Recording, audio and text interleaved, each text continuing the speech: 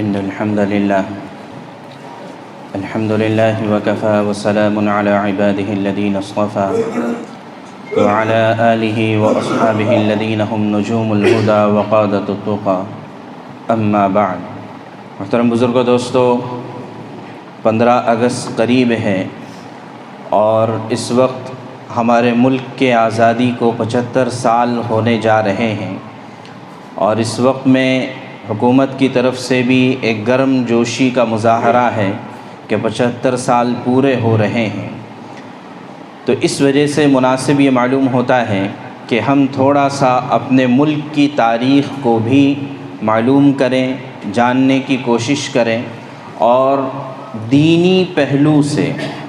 شرعی نقطہ نظر سے ہمارا اس ملک سے کیا تعلق ہے اور ہماری کیا ذمہ داریاں بنتی ہے، اس کو بھی بحیثیت مسلمان ہمیں سمجھنے کی اور جاننے کی ضرورت ہے۔ اس لیے کہ جو قوم اپنی تاریخ سے واقف نہیں ہوتی وہ اپنا مستقبل نہیں سنوار سکتی ہے۔ جب ان کو پتہ ہی نہیں کہ ہمارے آبا و اجداد نے ہمارے لیے کیا قربانیاں دی اور کن قربانیوں کے بعد جا کر ہمیں کھلی فضا میں اور آزاد فضاؤں میں سانس لینے کا موقع مل رہا ہے، تو پھر وہ آئندہ اس ملک کے لیے اپنی خدمات کو کیسے پیش کر سکتے ہیں؟ تو اس وجہ سے تمام طبقات کو، چاہے وہ مرد ہو، عورت ہو، جوان ہو، بوڑھے ہوں، ہم کو یہ پتہ ہونا چاہیے کہ سب سے پہلے ہمارا اس ملک کے ساتھ کیا تعلق ہے۔ اس لیے کہ جب یہ تمام چیزیں ہم کو پتہ ہوگی تو پھر الگ الگ قسم کے جو پروپیگنڈے کیے جاتے ہیں اور ملک چھوڑنے کی آوازیں بلند کی جاتی ہے، ان کو جواب دینا آسان ہوگا، ان کے سامنے سینہ سپر ہونا آسان ہوگا۔ تو لہٰذا ہم تو سب سے پہلے کسی بھی چیز کو قرآن اور حدیث میں تلاش کریں گے کہ اگر ہم اس ملک میں رہتے ہیں تو کیا ہمیں قرآن اور حدیث میں اس کا کوئی اشارہ ملتا ہے، قرآن اور حدیث میں اس کا کوئی تذکرہ ملتا ہے؟ تو یقیناً آپ قرآن اٹھا کر دیکھیں تو پہلے پارے میں ہی اللہ تبارک و تعالیٰ نے حضرت آدم علیہ السلام کا دنیا میں بھیجے جانے کا ذکر فرمایا ہے۔ جنت میں ایک خطا ہو گئی اور اس خطا کی وجہ سے آپ کو دنیا میں بھیجا گیا، دنیا میں اتارا گیا۔ تو قرآن کہتا ہے وَقُلْنَا اهْبِطُوا بَعْضُكُمْ لِبَعْضٍ عَدُوٌّ وَلَكُمْ فِي الْأَرْضِ مُسْتَقَرٌّ وَمَتَاعٌ إِلَىٰ حِينٍ، کہ اللہ تبارک و تعالیٰ نے حکم دے دیا کہ اب جنت سے نیچے اتر جاؤ، زمین پر اب تمہارا ٹھکانہ ہے۔ تو زمین کے کون سے حصے میں اس کو ٹھکانہ بنایا گیا؟ چنانچہ تاریخی روایات اس بات کو بتاتی ہے، مفسرین نے بھی اس بات کو لکھا ہے کہ آدم علیہ السلام جہاں پر اتارے گئے وہ ہمارا ہی غیر منقسم ہندوستان تھا، جو اس وقت میں سراندیپ یا اس وقت میں سری لنکا کہلاتا ہے۔ یہاں پر آج بھی آدم علیہ السلام کے پیروں کے نشانات موجود ہیں۔ تو لہٰذا آدم علیہ السلام کے بارے میں ہمارا عقیدہ کیا ہے کہ سب سے پہلے انسان بھی ہے، سب سے پہلے نبی بھی ہے، اور اسلام جو شروع ہوا ہے وہ آدم علیہ السلام کے زمانے سے شروع ہوا۔ تو لہٰذا جب سے دنیا بنی ہے اس وقت سے ہمارا اس ملک کے ساتھ تعلق ہے، اور ہمارے باپ آدم علیہ السلام کا اس ملک کے ساتھ تعلق ہے۔ تو اتنا گہرا ہمارا رشتہ ہے اس ملک کے ساتھ، اور یہ قرآن کے اشارے سے ہم کو یہ بات پتہ چلتی ہے۔ دوسری بات یہ ہے کہ چاہے یہ اس بات کو ہم تسلیم کریں یا نہ کریں کہ آدم علیہ السلام یہاں پر اتارے گئے تھے، لیکن اس کے باوجود بھی قرآن ہمیں ایک دوسری جگہ پر کہتا ہے وَلِكُلِّ قَوْمٍ هَادٍ، ہم نے ہر قوم میں کوئی نہ کوئی رہبر ضرور بھیجا ہے، نبی ضرور بھیجا ہے۔ تو لہٰذا قرآن کریم میں تو صرف 25 انبیاء اکرام علیہم السلام کے ذکر آئے ہیں، لیکن نام صرف انہی نبیوں کا لیا گیا جن سے عرب متعارف تھے، عرب جن کو جانتے تھے ان کا صرف نام لیا گیا۔ لیکن جب قرآن نے کہا وَلِكُلِّ قَوْمٍ هَادٍ، ہر قوم میں ہم نے نبی بھیجا ہے، تو یقیناً ہندوستان میں بھی قومیں آباد تھیں، اور جو ہے اس بات کے شواہد موجود ہیں کہ ہندوستان کے مختلف علاقوں میں انبیاء اکرام علیہم السلام کی قبریں آج بھی پائی جاتی ہے۔ تو لہٰذا کوئی تاریخ نہ ہونے کے باوجود بھی آج بھی قبریں جب پائی جا رہی ہے تو اس بات کا یہ یقینی ثبوت ہے کہ ہر قوم میں اور خاص طور سے ہمارے علاقوں میں بھی انبیاء اکرام علیہم السلام بھیجے گئے تھے، اگرچہ ان کے نام اور ان کی تاریخ سے ہم واقف نہ ہوں۔ اس کے بعد ہم آتے ہیں احادیث میں۔ تو سب سے پہلی بات تو ایک غلط فہمی کو دور کیا جائے۔ عام طور سے ایک حدیث کو پیش کیا جاتا ہے کہ حب الوطن من الایمان، کہ وطن سے محبت کرنا ایمان کا حصہ ہے، تو یہ حدیث بول کر پیش کیا جاتا ہے، لیکن حقیقت میں یہ کوئی حدیث نہیں ہے، یہ من گھڑت روایت ہے۔ البتہ علامہ سخاوی رحمۃ اللہ علیہ نے یہ بات لکھی ہے کہ اگرچہ یہ روایت من گھڑت ہے لیکن اس کا معنی اور مضمون یہ صحیح ہے۔ یعنی اس کا مضمون کیا ہے کہ ہر آدمی کے دل میں اپنے وطن کی محبت ہوتی ہے، تو لہٰذا وطن کی محبت یہ فطرت میں داخل ہے، انسانی فطرت۔ انسان جہاں رہتا ہے وہاں کی مٹی سے، وہاں کے آب و ہوا سے، وہاں کے ملک اور ریاست سے انسان محبت کرنے لگتا ہے، تو لہٰذا اس حدیث کا مضمون درست ہے، اگرچہ یہ حدیث اللہ کے نبی صلی اللہ علیہ وسلم سے ثابت نہیں ہے۔ چنانچہ ہمیں یہ بات خود اللہ کے رسول صلی اللہ علیہ وسلم کی سیرت میں ملتی ہے کہ جب مکہ مکرمہ سے آپ کو نکلنا پڑا مجبوراً مکہ والوں کے ظلم و ستم کے پہاڑ توڑے جانے کے بعد، تو اللہ کے نبی صلی اللہ علیہ وسلم جس وقت اپنے مکان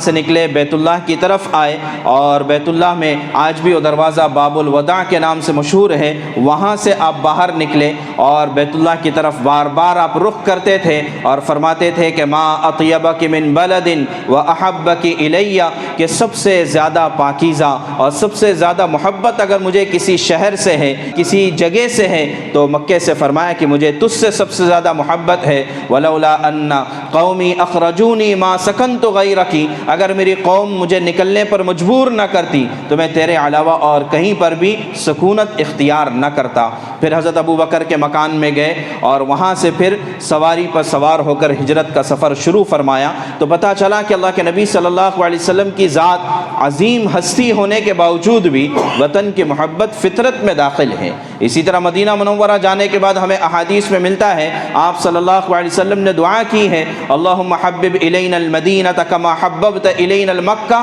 واشد، کہ اللہ ہمارے اندر مدینے کی محبت ایسے ہی پیدا فرما جیسے مکے کی محبت کو تو نے ہمارے اندر ڈالا تھا، بلکہ اس سے زیادہ مدینے کی محبت کو ہمارے اندر پیدا فرما۔ چنانچہ مدینہ منورہ کی ایک حیثیت تو حرم ہونے کی اور مقدس مقام ہونے کی ہے، وہیں پر ایک حیثیت وطن ہونے کی بھی ہے، تو پتہ یہ چلا کہ وطن کی محبت انسان کی فطرت کا حصہ ہے، اور ہم اس کو صبح شام دیکھتے ہیں۔ ہم اپنے دلوں کو بھی اگر ٹٹول کر دیکھیں تو اپنے وطن کی محبت، چاہے انسان دنیا کے جس کونے میں رہتا ہو وہاں کے وطن کی محبت اس کے دل میں ہوتی ہے، تو لہٰذا وطن کی محبت یہ فطرت کا تقاضا ہے۔ تو بہرحال اب ہم آتے ہیں تاریخ پر، کہ یہ تو میں نے عرض کیا کہ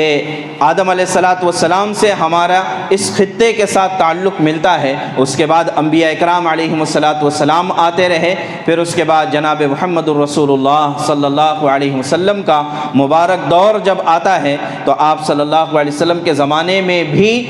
ہندی تلوار مشہور تھیں۔ اسی طرح ہندوستان کے بہت ساری چیزیں یہ عرب میں ایکسپورٹ کی جاتی تھی، اور اللہ کے نبی صلی اللہ علیہ وسلم ان سے متعارف تھے۔ بعض چیزوں میں، بعض احادیث میں اللہ کے نبی صلی اللہ علیہ وسلم نے صحابہ کرام کو ہندوستان کا تعارف کرایا، یا یہ کہ ہندوستان کے مشابہ چیزوں کا تذکرہ فرمایا، تو لہٰذا جو ہے یہ بات ہمیں ملتی ہے۔ اسی طرح علماء نے یہ لکھا ہے کہ نبوت کو ابھی 60 سال بھی نہیں گزرے تھے کہ اللہ تبارک و تعالیٰ نے اسلام کے نور کو ساحل سمندر پر اور ہندوستان کے کناروں پر پہنچا دیا تھا۔ چنانچہ ہمیں ملتا ہے کہ یا تو تابعین کا زمانہ تھا یا صحابہ کا زمانہ تھا، اور سب سے پہلی مسجد ہندوستان کی کیرلا میں چیرامن مسجد کے نام سے یہ قائم کی گئی، جو آج تک قائم ہے۔ اسی طرح جو ہے منگلور میں ایک مسجد جو ہے قائم کی گئی مالک بن دینار رحمۃ اللہ علیہ کے ذریعے سے، وہ ہندوستان کی تیسری پرانی مسجد کہلاتی ہے، مسجد زینت بخش کے نام سے، جو ہے زینت بخش مسجد ہے، دیکھنے کے قابل مسجد ہے کہ اس زمانے کی کاریگری آج تک موجود ہے، اس کو محفوظ رکھا گیا ہے۔ تو لہٰذا صحابہ کا یہاں پر آنا، اسی طرح حضرت عمر رضی اللہ تعالیٰ عنہ کے زمانے میں یہ ملتا ہے کہ ایک پوری جماعت ہندوستان کے کنارے پر آئی تھی، اور وہ کنارہ کون سا تھا؟ اس زمانے میں بمبئی کا تو کوئی وجود نہیں تھا، البتہ تھانہ کا ذکر آتا ہے کہ وہاں پر صحابہ اکرام اور تابعین کی جماعت آئی تھی، اور جو ہے انہوں نے وہاں پر دین کا پیغام پہنچایا۔ پھر حضرت عمر رضی اللہ تعالیٰ عنہ نے انہیں دوبارہ بلا لیا، چنانچہ وہ واپس چلے گئے، لیکن اس زمانے میں آنا خود مشکل تھا، واپس جانا بھی مشکل تھا۔ تو عین ممکن ہے کہ اس زمانے میں جتنے لوگ آئے تھے اتنے سب کے سب واپس نہیں جا سکے ہوں گے، کسی مجبوری کی وجہ سے، بیماری کی وجہ سے یا موت کی وجہ سے، تو لہٰذا آج بھی ان کے آثار اور ان کے قبور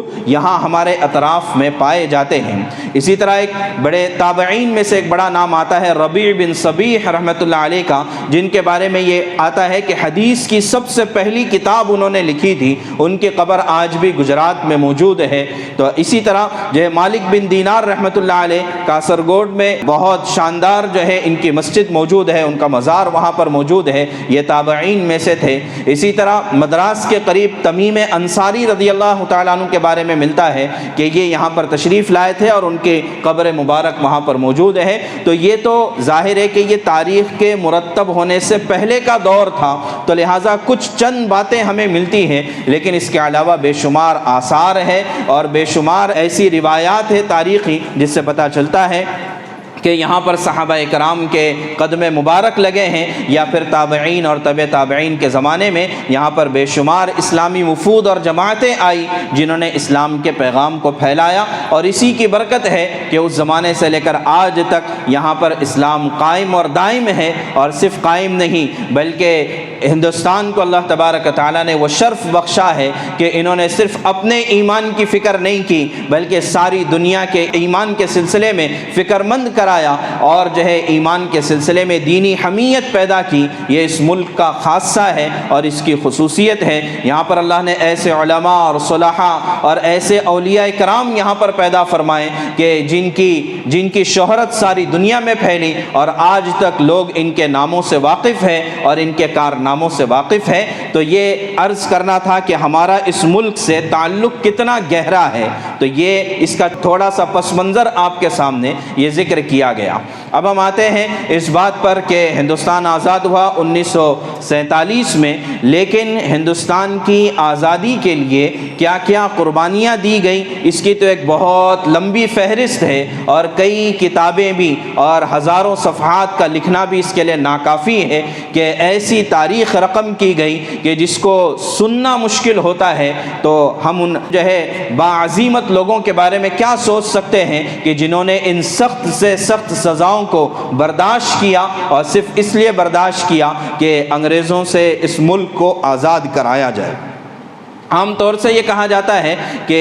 انگریزوں کے خلاف پہلی لڑائی آزادی کی جو ہے وہ 1857 کی ہے، کہ 1857 کا غدر اور اس وقت کی لڑائی یہ مشہور ہے، لیکن اس کو نام دیا جاتا ہے کہ یہ ہندوستان کے آزادی کی پہلی لڑائی ہے۔ یہاں یہ غلط فہمی ہے، اس لیے کہ اس سے پہلے بھی انگریزوں کے خلاف لڑائیاں ہوئی اور انگریزوں سے مقابلہ ہوا، تو لہٰذا اس سے پہلے اگر ہم اٹھا کر دیکھیں تو بکسر کی لڑائی ملتی ہے، پلاسی کی لڑائی ملتی ہے، اور مراٹھا وار ملتا ہے، اسی طرح اینگلو میسور وار ملتے ہیں کہ جس میں ٹیپو سلطان شہید رحمۃ اللہ علیہ نے مقابلہ کیا، اور اگر خود ان کے درمیان اور مسلمانوں کے درمیان اگر میر صادق اور میر جعفر جیسے لوگ نہ ہوتے تو انگریزوں کی کوئی ہمت نہیں ہوتی تھی یہاں پر اپنے قبضے جمانے کی۔ چنانچہ 1799 میں جب ٹیپو سلطان شہید رحمۃ اللہ علیہ کی شہادت ہوتی ہے تو اس وقت میں انگریز پورے اعتماد کے ساتھ کہتا ہے کہ اب ہندوستان ہمارا ہے، اب ہندوستان پر قبضہ کرنے سے ہمیں کوئی نہیں روک سکتا۔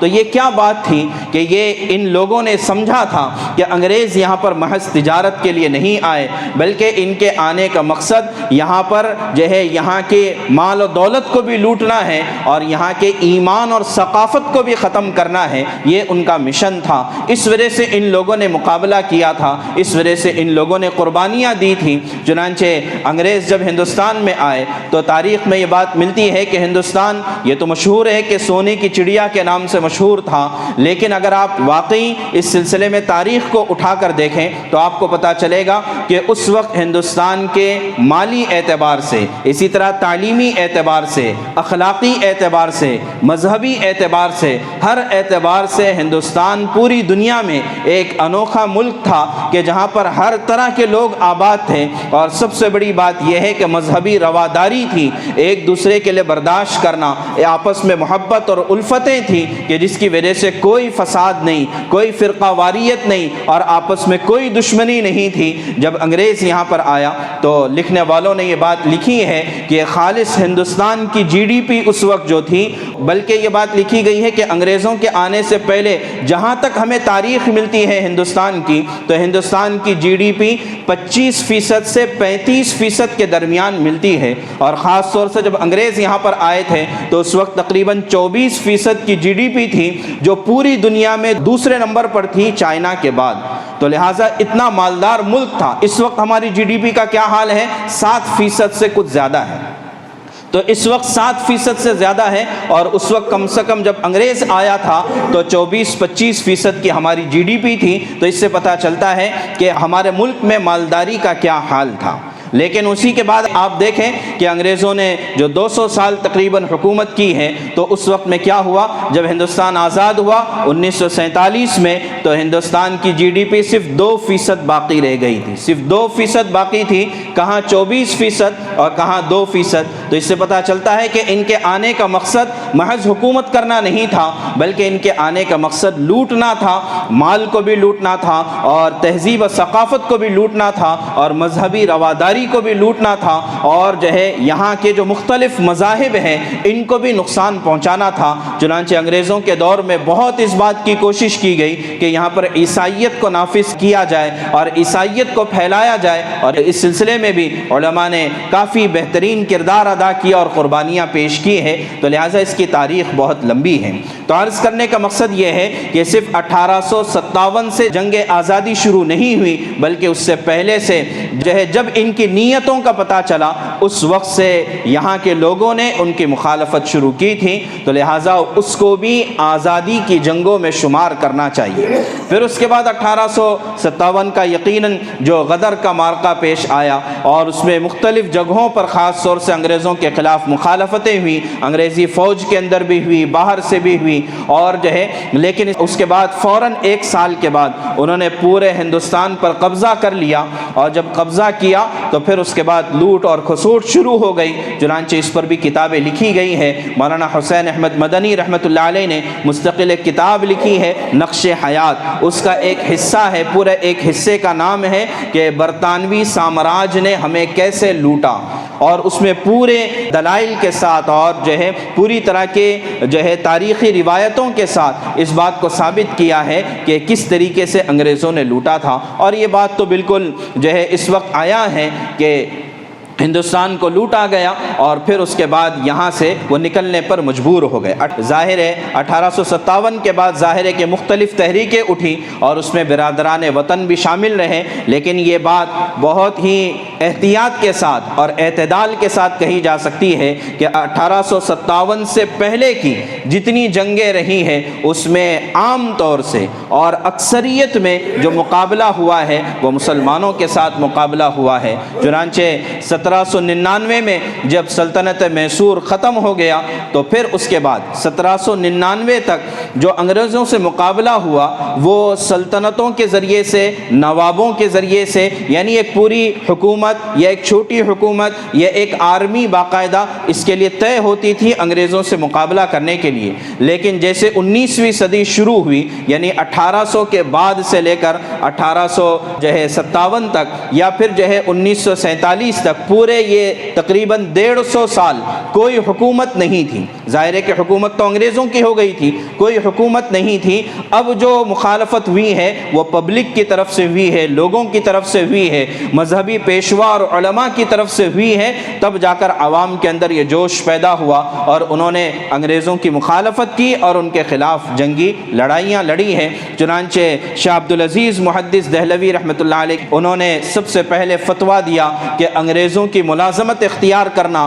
یہ حرام ہے، اور اسی طرح انگریزوں کے خلاف جہاد کرنے کو فرض قرار دیا۔ ظاہر ہے کہ اس زمانے میں اس فتوے کی یہ اہمیت تھی کہ مسلمانوں کے اندر ایک حمیت پیدا ہو گئی۔ پھر اس کے بعد جو ہے بالا کوٹ کی لڑائیاں اور سید احمد شہید رحمۃ اللہ علیہ کی جو ہے لڑائیوں کا سلسلہ چلا۔ تو یہ ساری باتیں مختصر وقت میں بتانے کا مقصد یہ ہے کہ ہمیں اپنی تاریخ کا پتہ ہو۔ بہرحال پھر اس کے بعد جب ہندوستان آزاد ہوا ہے تو آزاد ہونے کے بعد ظاہر ہے کہ ہمیں یہ بھی پتہ ہونا چاہیے کہ جو مسلمان یہاں پر رہے تھے وہ یہاں پر بائی چانس نہیں رہے ہیں بلکہ بائی چوائس یہاں پر رہے ہیں۔ ہمارے پاس اختیار تھا، ہمارے بزرگوں کے پاس اختیار تھا کہ ایک وطن بنایا جا رہا تھا، ایک ملک بنایا جا رہا تھا، وہ بھی اسلام اور دین کے نام پر بنایا جا رہا تھا۔ تو لہٰذا ہمارے بزرگوں کو یہ اختیار تھا کہ وہ وہاں پر منتقل ہو جائیں، لیکن اس وقت کے ہمارے دور رس علماء اور بزرگان دین اور اکابرین نے بیٹھ کر باقاعدہ یہ فیصلہ کیا کہ نہیں، کہ یہ جو اسلام کے نام پر ملک بنایا جا رہا ہے حقیقت میں دینی اعتبار سے یہ نظریہ صحیح نہیں ہے، اس لیے کہ ٹو نیشن تھیوری مشہور تھی کہ دو قومی نظریہ، کہ دو قوم ہونی چاہیے، ایک مسلم قوم اور ایک غیر مسلم قوم، مسلم قوموں کے لیے ایک ملک ہونا چاہیے اور غیر مسلم قوموں کے لیے دوسرا ملک ہونا چاہیے۔ تو ہمارے اکابر علماء نے اس نظریے کو رد کیا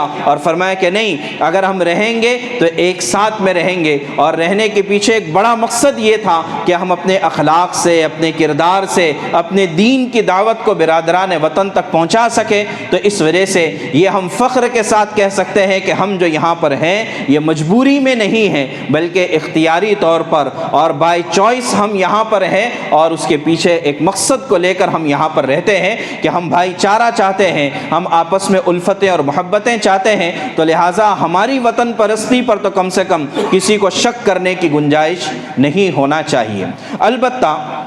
دوسری طرف یہ تو ہمارے بزرگوں نے کیا، یہ ہمارے اکابر نے کیا، یہ ہمارے بڑوں نے کیا، یہ ہمارے مجاہدین آزادی نے کیا کہ قربانیوں کی انتہا کر دی اور قربانیوں سے گویا کہ اپنی تاریخ رقم کر دی۔ لیکن اب آزاد ہونے کے بعد ہماری کیا ذمہ داری بنتی ہے اور ہمیں اس ملک کے لیے کیا کرنا چاہیے؟ تو ظاہر ہے کہ جیسے میں نے عرض کیا کہ ملک کی محبت یہ فطرت کا تقاضا ہے۔ تو لہٰذا اگر دیکھا جائے تو یقیناً کہ اگرچہ مسلمانوں اس بات کا بدنما داغ لگایا گیا کہ انہوں نے ملک کو تقسیم کیا اور انہوں نے ایسا کیا ویسا کیا، لیکن تقسیم کا الزام جن پر لگانا تھا وہ تو چلے گئے، اور وہ تو بلکہ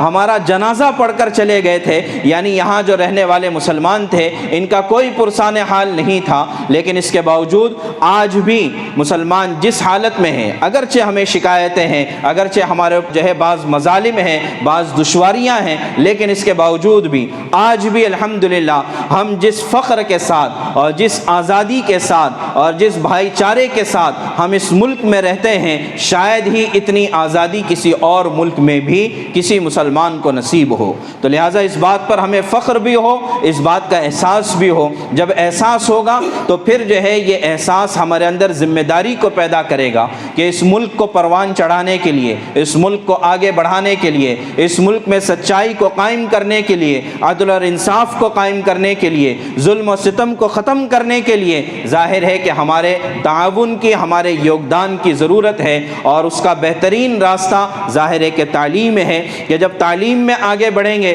تو پھر اسی کے ساتھ ساتھ ملک کے تعمیر میں ایک بڑا کردار اور بڑا رول ادا کیا جا سکتا ہے۔ تو اس وجہ سے اگر ہم اس ملک میں رہتے ہیں تو اس کے ساتھ ساتھ ہماری ذمہ داری بھی بنتی ہے۔ ایک تو جیسے میں نے عرض کیا کہ وفاداری کو ثابت کرنے کی کوئی ضرورت نہیں، اس لیے کہ وطن کی محبت تو فطرت میں داخل ہے۔ جو اس وفاداری پر شک کرتے ہیں ان کو اپنے دماغ کا علاج کرانے کی ضرورت ہے، اس لیے کہ وہ فطرت کے خلاف بات کرتے ہیں۔ ہر مسلمان محب وطن ہوتا ہے، ہر مسلمان جو ہے یہ قوم پرست ہوتا ہے، ہر مسلمان کو اپنے ملک سے محبت ہوتی ہے، اس پر سوالیہ نشان قائم کرنے کی ضرورت ہی نہیں ہے۔ البتہ ایک جو ہے ذمہ دار شہری ہونے کی حیثیت سے ہماری ذمہ داری یہ بنتی ہے کہ ہم ملک کے مضبوط کرنے میں اور اس کے ترقی میں ہم اپنا تعاون پیش کریں اور یہاں پر امن و امان کو قائم کرنے کی کوشش اور فکریں کریں، اور خاص طور سے جو لوگ ملک کے ماحول کو بگاڑنے کی کوشش کرتے ہیں اس موقع پر حکمت کے ساتھ اور صبر کے ساتھ اور دور اندیشی کے ساتھ ہمیں قدم اٹھانے کی ضرورت ہے، اور اللہ تبارک تعالیٰ سے اس بات کو بھی مانگنے کی ضرورت ہے کہ اللہ جیسے تو نے ہمارے اس ملک کو دین اور ایمان کی محنت کا گہوارہ بنایا ہے، ایسے ہی اللہ اس ملک میں امن اور آشتی کو پیدا فرما، اس ملک میں امن اور سلامتی کو پیدا فرما، اس ملک میں محبتیں اور بھائی چارے کو پیدا فرما، اس ملک میں فرقہ واریت کو ختم فرما، اور تمام قوموں کے درمیان اپنی دینی شناخت کو باقی رکھتے ہوئے ہمیں یہاں پر رہتے ہوئے اپنے اللہ کو راضی کرنے والا بنا دے اور اپنے دین پر چلنے والا بنا دے۔ تو لہٰذا خاص طور سے چونکہ یہ موقع آ رہا ہے تو ہمیں یہ معلوم ہونا بہت ضروری ہے، لیکن جیسے میں نے عرض کیا کہ تھوڑے سے وقت میں 200 سال کی تاریخ تو بیان نہیں کی جا سکتی، لیکن کم سے کم یہ احساس تو ہونا چاہیے کہ ہم نے اس ملک کے لیے کیا کیا ہے اور آئندہ ہماری ذمہ داری کیا بنتی ہے، اس کے بارے میں ہمیں فکر مند ہونے کی ضرورت ہے۔ اللہ تبارک و تعالی ہمیں کہنے سننے سے زیادہ عمل کی توفیق عطا فرمائے۔